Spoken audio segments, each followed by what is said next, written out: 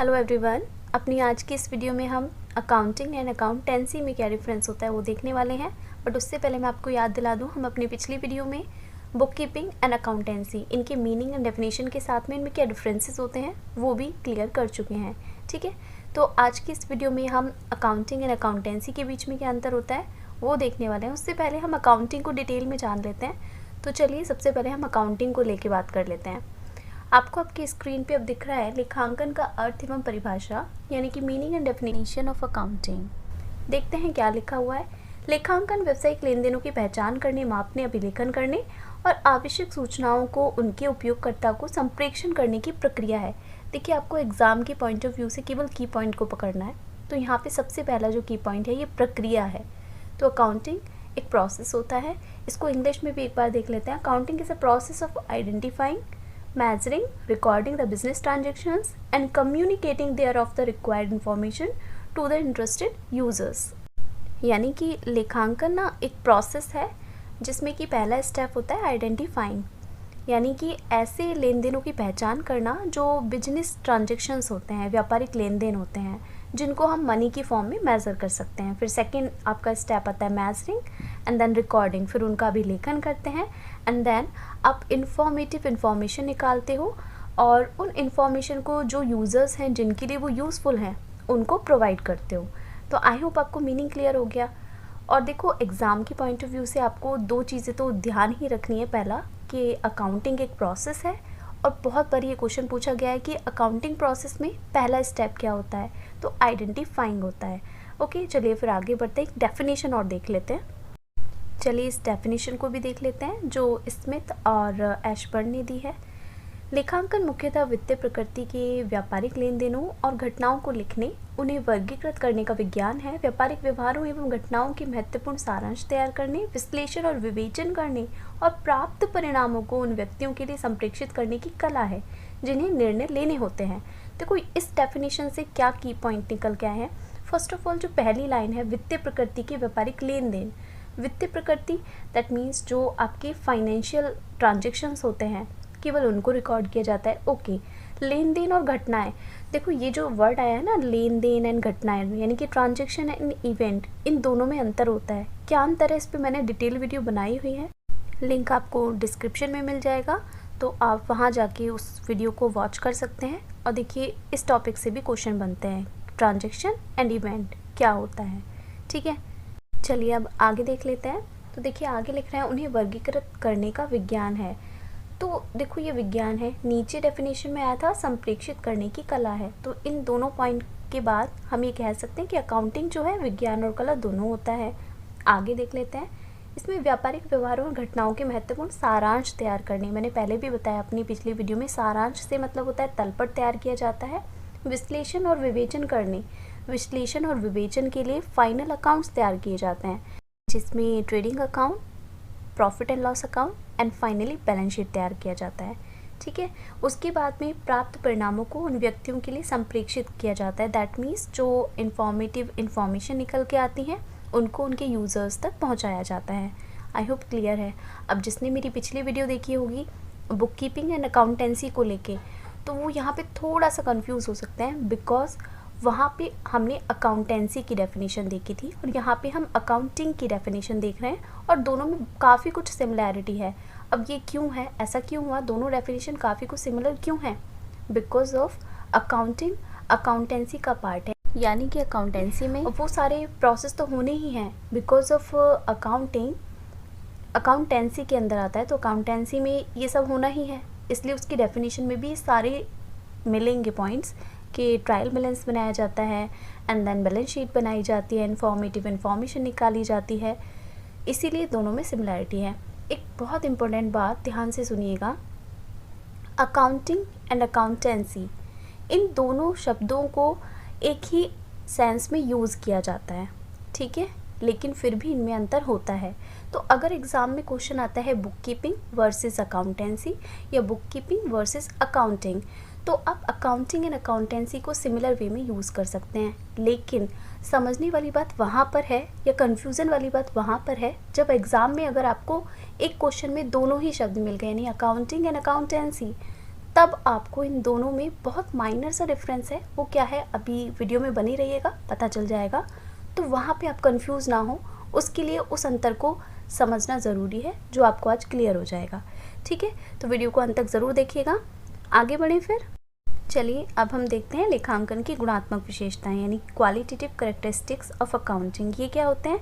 लेखांकन सूचनाओं को अधिक उपयोगी बनाने के लिए ये गुण या विशेषताएं होनी ज़रूरी होती हैं।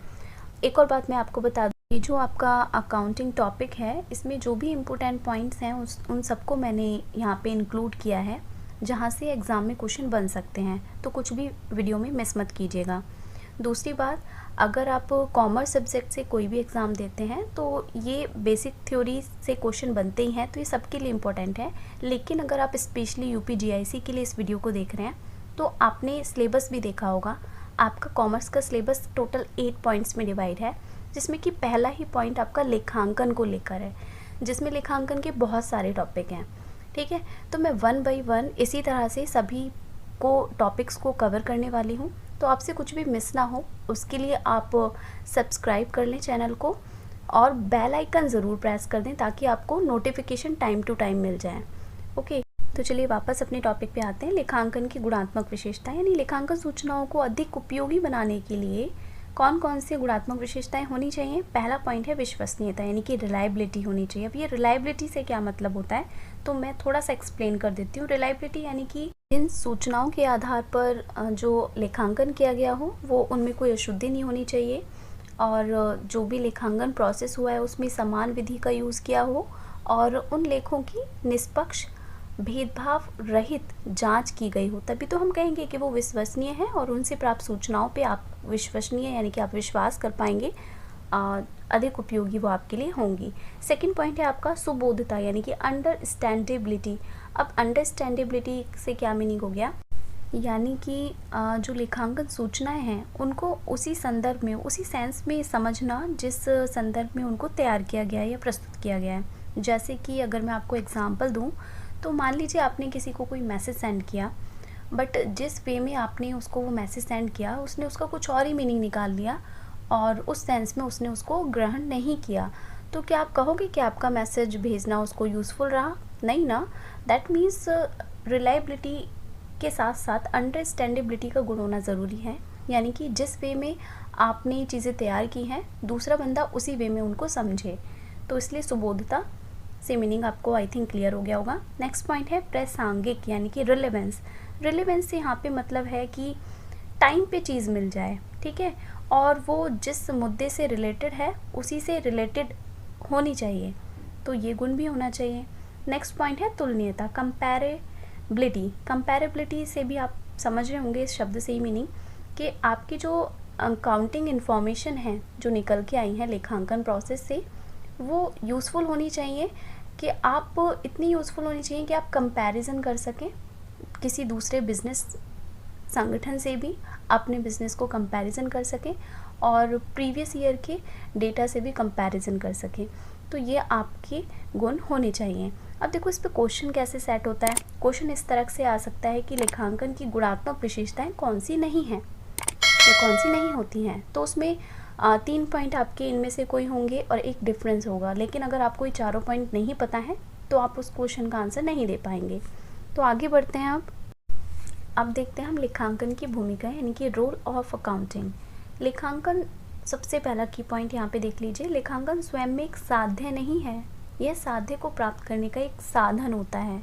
तो लेखांकन एक साधन होता है, ये आपका इम्पोर्टेंट पॉइंट निकल के आया। इंग्लिश में रीड कर देती हूँ। Accounting is not an end in itself, it is a means to an end. Okay, अब इसकी भूमिकाओं को पॉइंट्स में डिवाइड किया गया। पहला पॉइंट है आपका व्यवसाय की भाषा, मोस्ट इम्पोर्टेंट पॉइंट है जो एग्ज़ाम में पूछा जा सकता है। तो भाई अकाउंटिंग को लैंग्वेज ऑफ अ बिज़नेस कहा जाता है, ध्यान रखिएगा। अब क्यों कहा जाता है, तो देखिए वैसे हम कम्युनिकेट करने के लिए या क्या है हमारे मन में वो बताने के लिए, क्या सिचुएशन चल रही है उसको डिफ़ाइन करने के लिए कोई ना कोई लैंग्वेज यूज़ करते हैं।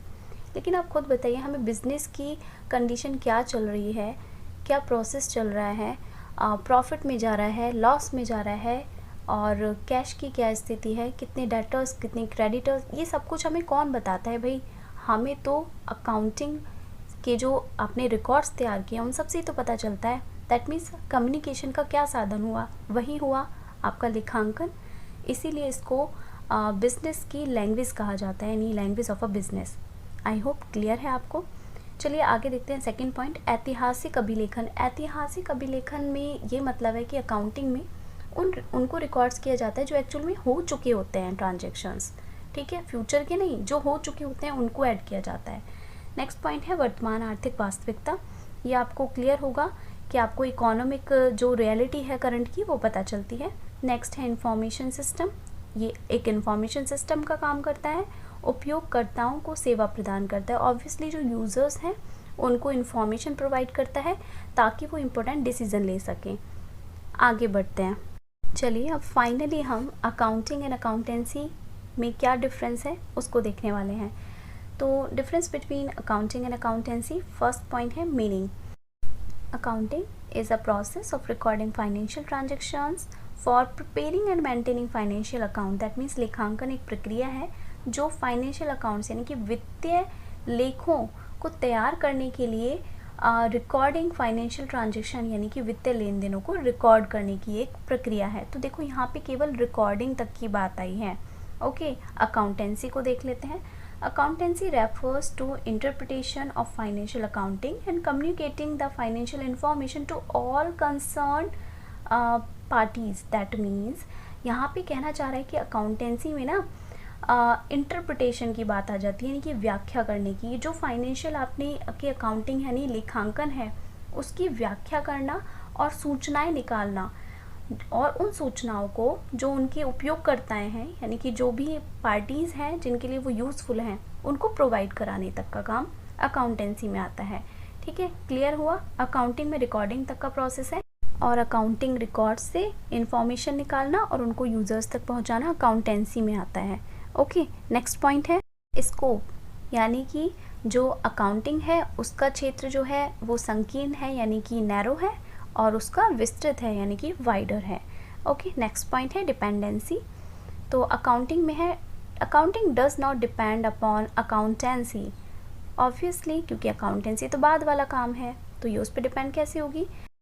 बट अकाउंटेंसी को देख लेते हैं। Accountancy depend upon accounting for taking and communicating various financial information. तो अकाउंटेंसी जो है अकाउंटिंग पे डिपेंड होती है, ये क्लियर होगा आपको। नेक्स्ट पॉइंट है आपका डिसीजन मेकिंग।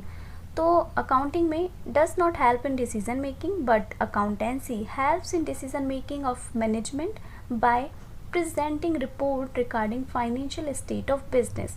यानी कि व्यवसाय की वित्तीय स्थिति के बारे में रिपोर्ट प्रस्तुत की जाती है इसमें, जो कि प्रबंधन के लिए निर्णय लेने में हेल्प करती है।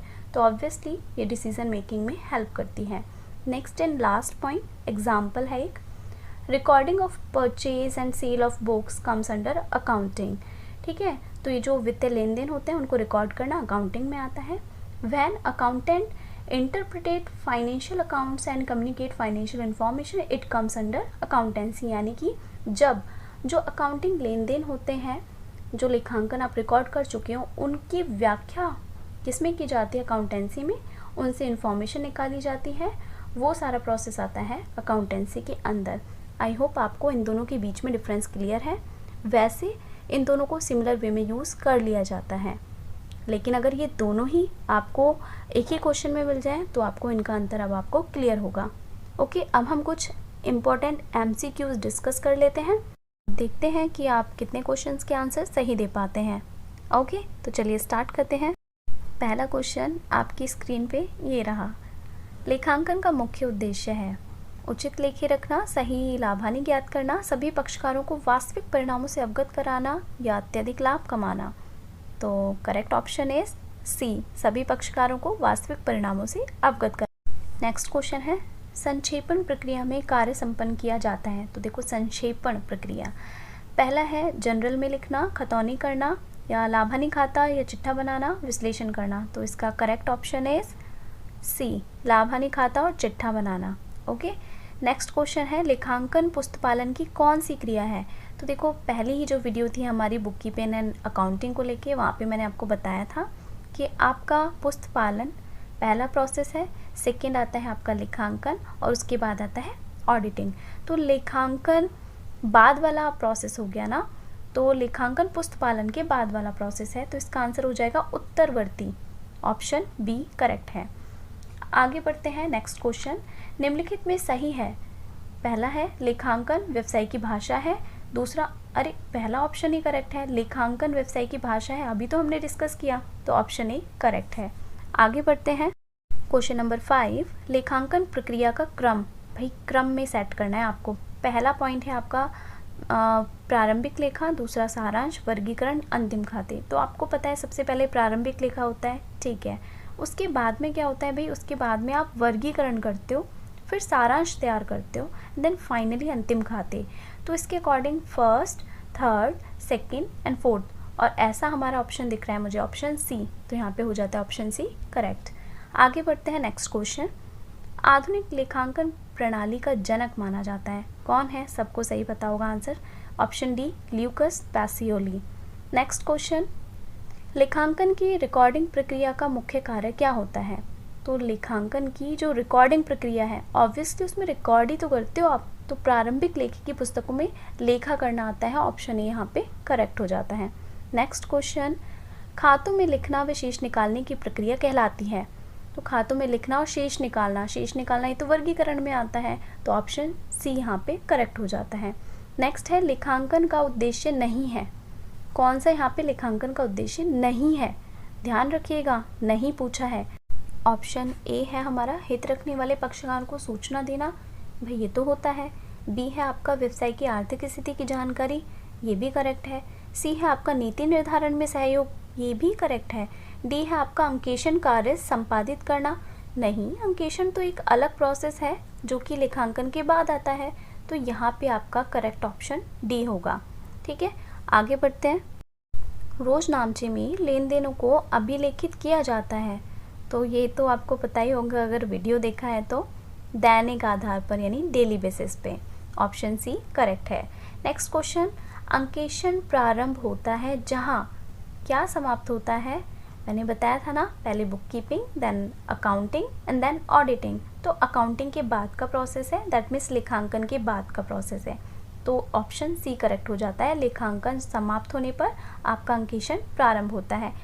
अब है next and last question of this video, रोजनामचे में लेन देनों को अभिलेखित किया जाता है, ऑप्शन ए कालानुक्रम आधार पर, ऑप्शन बी विश्लेषणात्मक आधार पर, ऑप्शन सी सुविधा के आधार पर या चयनात्मक आधार पर। तो इसका करेक्ट ऑप्शन कौन सा होगा? ऑप्शन ए कालानुक्रमित आधार पर, यानी कि क्रोनोलॉजिकल बेसिस पे आप रिकॉर्ड्स करते हो जनरल में, ओके। तो आई होप ये वीडियो आपको यूज़फुल रहा and it is really useful to you, then like this video and thank you for watching. Bye bye.